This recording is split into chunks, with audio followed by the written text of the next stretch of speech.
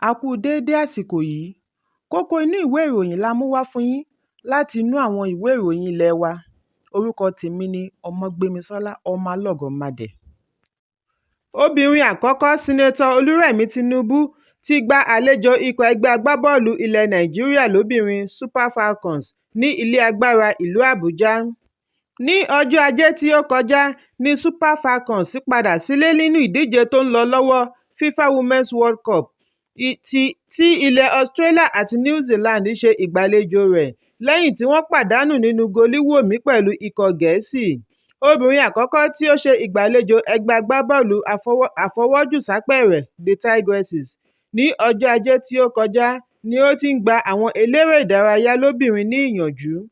Nígbà tí ó ń sọ̀rọ̀, ó ní àwọn Super Falcons ti di ẹni àwòkọ́ṣe fún àwọn ọmọlẹ́yìn látàrí ìgbìyànjú wọn.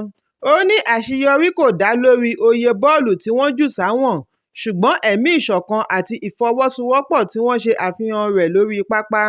Nínú ọ̀rọ̀ rẹ̀, ààrẹ ẹgbẹ́ agbábọ́ọ̀lù lórílẹ̀‐èdè Ibrahim Gusau dúpẹ́ lọ́wọ́ obìnrin àkọ́kọ́ fún ìgbàlejò wọn nígbà tí ó wá fi dá a lójú wípé àwọn akọni wọ̀nyí yóò tẹ̀síwájú láti máa ṣe aṣojú rere fún orílẹ̀‐èdè. Ẹ̀kúnrẹ́rẹ́ ìròyìn yìí wà nínú ìwé ìròyìn The Guardian tó jáde lónìí. Àwọn ológun ilẹ̀ Niger ti sọ wípé àwọn yóò wọ́ ààrẹ tí wọ́n fi sí àhámọ́ lọ ilé-ẹjọ́ látàrí wípé ó ṣe ọ̀tẹ̀ àwọn ọmọ orílẹ̀-èdè rẹ̀ nínú àjọṣepọ̀ rẹ̀ pẹ̀lú àwọn ilẹ̀ òkèèrè àti olórí orílẹ̀-èdè pẹ̀lú àwọn ilé-iṣẹ́. Gẹ́gẹ́ bí ilé-iṣẹ́ ìròyìn Reuters, agbẹnusọ ológun ilẹ̀ Niger Ọ̀gágun Amadou Abdourahmane sọ nínú àtẹ̀jáde tí wọ́n kà lórí ẹ̀rọ amóhùnmáwòrán ní alẹ́ àná wípé iléeṣẹ́ ológun ní ẹ̀rí tó kún ojú òṣùwọ̀n tí wọ́n fi tako ààrẹ nílé-ẹjọ́ wípé ó ṣe ọ̀tẹ̀ àwọn ará ìlú rẹ̀ àti wípé ó fi ojú tẹ́ńbẹ́lú ààbò láàrin ìlú àti lẹ́yìn odi ilẹ̀ Niger.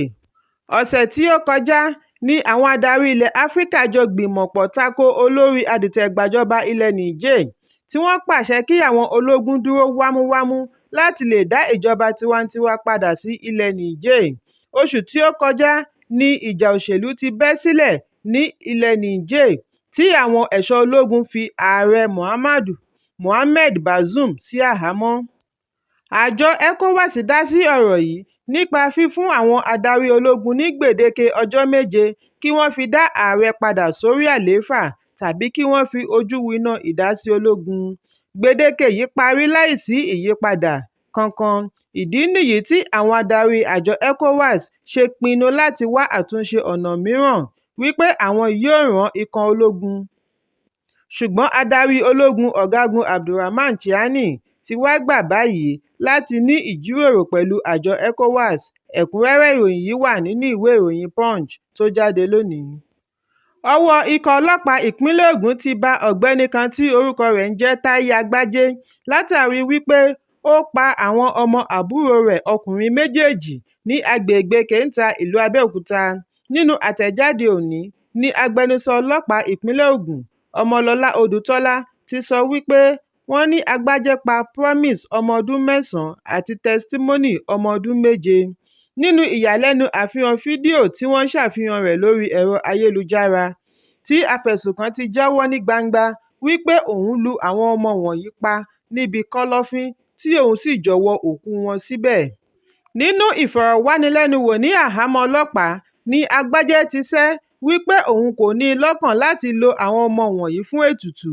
Bákan náà ni kò lè ṣàlàyé nípa ẹ̀yà ara àwọn ọmọ náà tí ó di àwátì.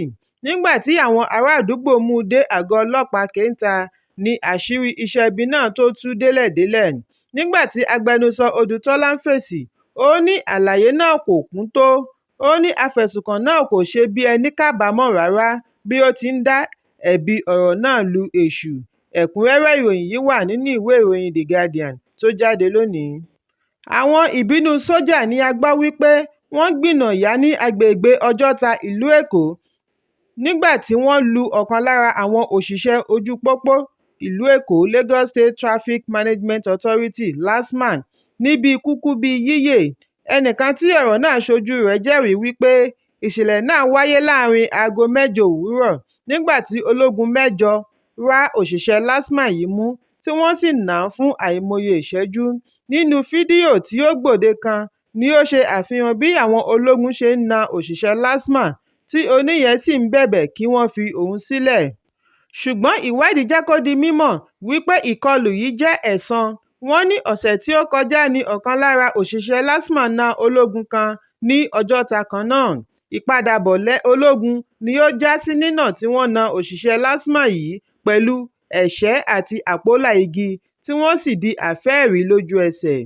Nígbà tí ó ń fèsì, alámòjútó àjọ LASTMA, Bọ́lájí Ọ̀rẹ́àgbà fìdí ọ̀rọ̀ yìí múlẹ̀. Ó ní àwọn ti fi ọ̀rọ̀ náà tó àwọn ọ̀gá létí, ìwádìí sì ti bẹ̀rẹ̀. Ẹ̀kúnrẹ́rẹ́ ìròyìn yìí wà nínú ìwé ìròyìn Vanguard tó jáde lónìí. Òṣìṣẹ́ àjọ alámòjútó egbògi olóró National Drug Law Enforcement Agency (NDLEA) ni wọ́n ti rámú pẹ̀lú ìwọ̀n kìlógíráàmù 4 egbògi olóró tí wọ́n pe orúkọ rẹ̀ ní Marshmallow ní ojúnà Èkó sí Abẹ́òkúta, ìlú Èkó. Wọ́n ní ó jẹ́wọ́ wípé òun fẹ́ lọ ta egbògi olóró ni kí ọwọ́ tó tó o. Ìwádìí jẹ́ kó di mímọ̀ wípé ikọ̀ ọlọ́pàá tí igbákejì SP Samuel Sunday darí wà lẹ́nu ìpàráàro nígbà tí ọwọ́ tó afẹ̀sùnkàn ní ọjọ́ Àbámẹ́ta tí ó kọjá. Aráàfù àwọn ọlọ́pàá yìí ni wọ́n ṣe pàṣẹ kí afẹ̀sùnkàn tú ohun tí ó dì sínú báàgì. Afurasí tí ó pe orúkọ ara rẹ̀ ní Kelechi, ẹni 50 ọdún, ọmọ bíbí ìpínlẹ̀ Abia, ní ọwọ́ tó ní ibùdókọ̀ cement bus stop ní déédéé agogo 3:10 ọ̀sán. Afẹ̀sùnkàn yìí jẹ́ òṣìṣẹ́ àjọ NDLEA ẹ̀ka ti First Gate, Tinkan Island, ìpínlẹ̀ Èkó.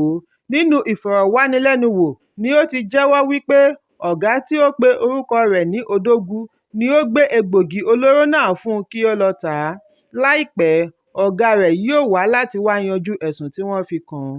Nígbà tí ó ń fèsì, agbẹnusọ ọlọ́pàá ìpínlẹ̀ Èkó, Benjamin Hundeyin, fìdí ọ̀rọ̀ yìí múlẹ̀.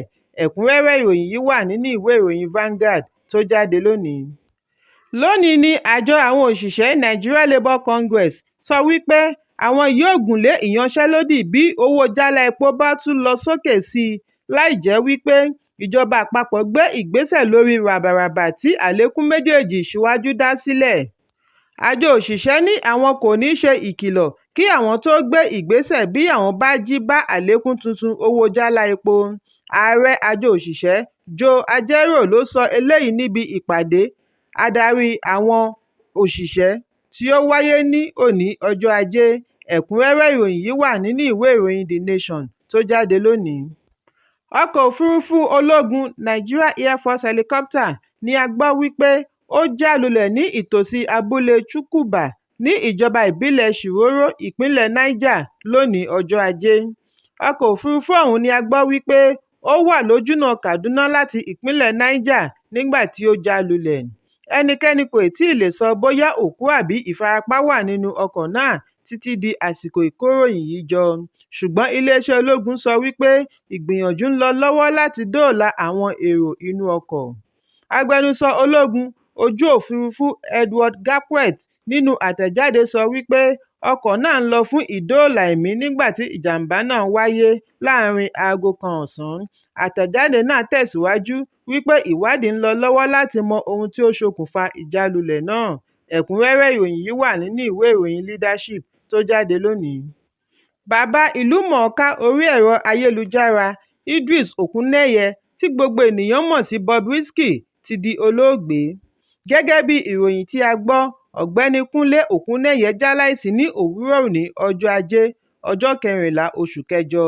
Bobrisky fìdí ọ̀rọ̀ yìí múlẹ̀ lórí ẹ̀rọ abánidọ́rẹ̀ẹ́ Snapchat ní ọ̀sán òní ọjọ́ Ajé. Ó kọ wípé, "Ẹ̀yin èèyàn mi, mo pàdánù bàbá mi lọ́sàn-án òní." Bí a kò bá gbàgbé wípé ilẹ̀ mímọ́ Hajj Saudi Arabia ni Bobrisky pàdánù ìyá rẹ̀ sí ní ọdún 2008. Ẹ̀kúnrẹ́rẹ́ ìròyìn yìí wà nínú ìwé ìròyìn Daily Post tó jáde lónìí. Kókó inú ìwé ìròyìn tòní kò ní jù báyìí lọ. Ẹ pàdé mi lọ́la fún àkọ́tún ìròyìn. Kí a tó lọ, ẹ má ṣaláì fi àríwísí yín ránṣẹ́, ìyẹn comment, kí ẹ sì bá wa subscribe sí ojúnà wa lórí YouTube kí Kókó Inú Ìwé Ìròyìn lè máa tẹ̀ yín lọ́wọ́ ní kíákíá.